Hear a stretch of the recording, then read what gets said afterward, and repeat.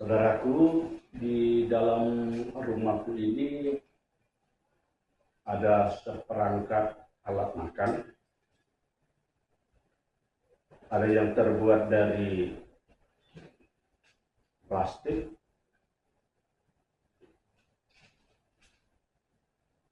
ada yang terbuat dari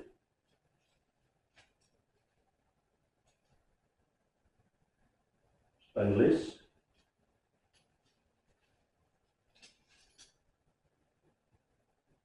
ada juga yang terbuat dari perak,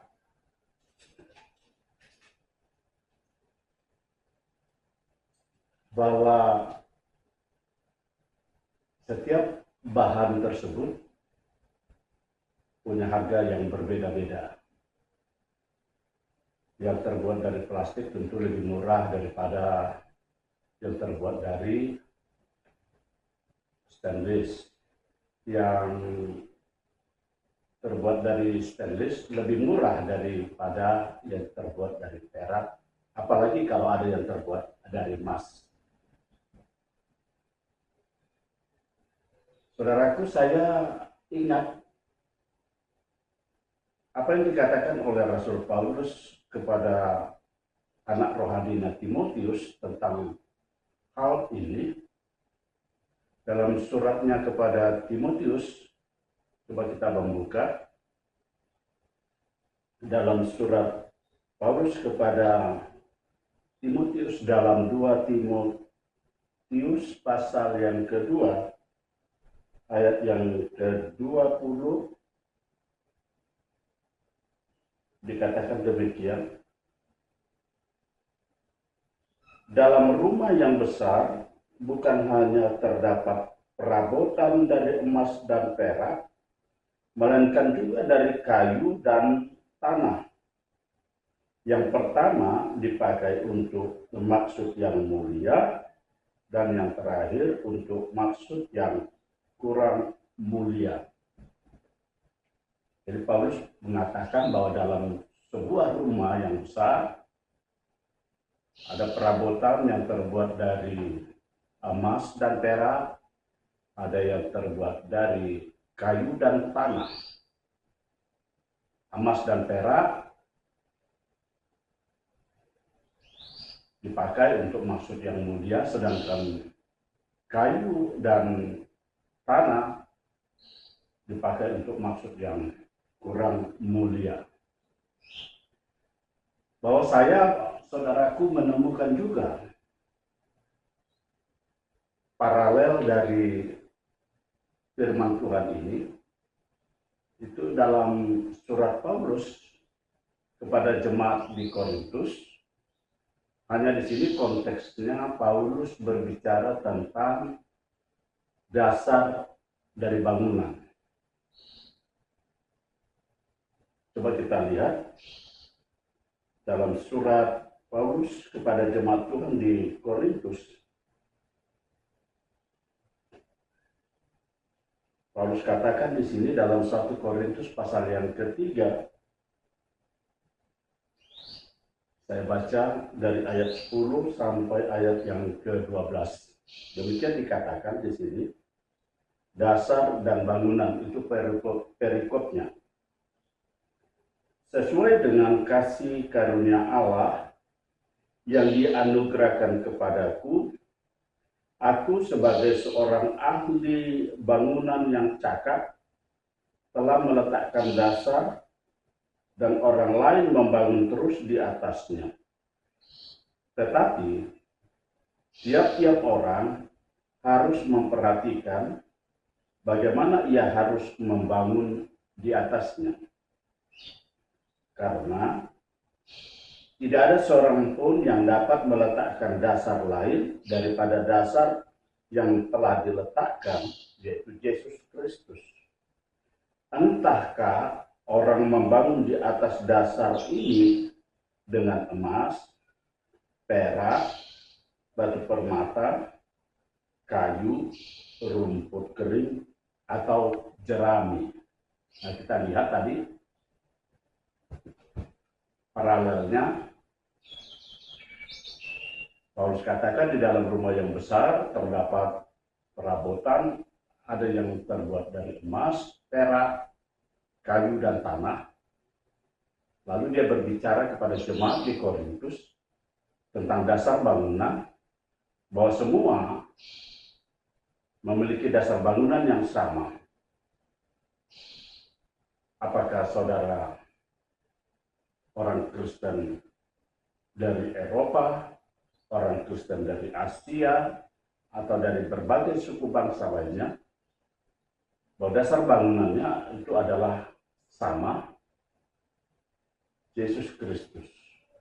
Yesus yang telah mati, yang telah disalibkan, dan menjadi penebus untuk orang yang berdosa, dan menerima keselamatan di dalam Dia. Dasar bangunannya sama, fondasinya sama, Yesus Kristus, kata surat Paulus tadi. Nah, soalnya adalah bagaimana orang membangun di atasnya. Entahkah orang itu membangunnya dengan emas, dengan permata, atau dengan kayu, atau dengan tanah, atau bahkan dengan jerami. Saudaraku, Paulus sebetulnya tidak bicara tentang benda-benda mati ini, tapi itu adalah sebuah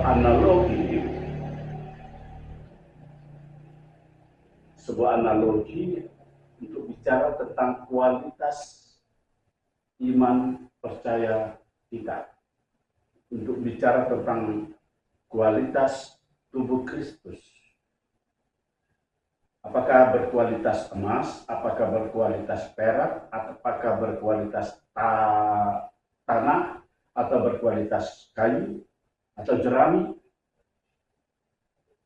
Saudaraku, kita tahu bahwa kalau bicara tentang kayu itu bicara tentang suatu bahan yang mudah lapuk, yang mudah patah, lalu gampang dibakar atau gampang terbakar. Sedangkan kualitas tanah itu bicara tentang sesuatu yang mudah pecah, mudah rusak. Sebaliknya bicara tentang emas dan perak itu adalah sesuatu yang mahal, satu yang mulia. Karena itulah setiap kita oleh Paulus disuruh untuk memeriksa apakah kualitas iman kita seperti kualitas emas, atau seperti kualitas perak, atau seperti kualitas kayu, atau jerami, atau tanah. Saudaraku, saya kira pilihan itu ada pada kita. Kitalah yang menentukan seperti apa yang kita inginkan kualitas kita, kualitas kerohanian kita. Mau jadi seperti emas, mau jadi seperti perak, mau jadi seperti tanah, mau jadi seperti kayu, atau mau seperti jerami, itu tergantung dari pilihan kita. Tapi tentu saja ada harga yang harus kita bayar setiap dari pilihan kita. Lalu saya mau menyampaikan melalui video ini bahwa bisa saja sesuatu itu mengalami perubahan. Mengapa? Karena bisa saja yang mulanya orang itu kita anggap kualitas jerami, kualitasnya tanah, atau kualitasnya kayu, tapi di hari-hari terakhir, di hari-harinya yang belakangan, justru dia berubah menjadi kualitas perak atau emas. Dan sebaliknya, orang yang tadinya punya kualitas emas, punya kualitas perak, punya kualitas kayu, bisa saja di hari-hari terakhirnya dia menjadi kualitas tanah atau jerami. Saudaraku, bukankah firman Tuhan berkata bahwa keinginan daging itu bertentangan atau berlawanan dengan keinginan roh? Ada orang yang pada mulanya mengikut Tuhan, mengiring Tuhan, melayani Tuhan Yesus, didasari oleh kehendak roh. Tetapi sayangnya, di akhir hidupnya, dia berakhir dengan mengikuti keinginan daging. Saudara tahu, Raja Salomo, Alkitab mengatakan dialah raja yang paling berhikmat di dunia ini. Tidak ada raja seperti Raja Salomo, baik sebelum dia maupun sesudah dia, yang memiliki hikmat yang luar biasa. Tetapi lihat di akhir hidupnya, justru dia terseret oleh istri-istrinya, menyeret dia untuk menjadi penyembah berhala. Dia tidak lagi memuliakan Tuhan, menyembah Tuhan Allah Abraham, Ishak, dan Yakub, tapi dia menjadi penyembah berhala oleh karena istri-istrinya. Jadi Salomo yang memulai dari keinginan roh berakhir di dalam keinginan daging. Saudaraku, untuk kita melihat atau menentukan apakah kualitas iman orang itu emas, perak,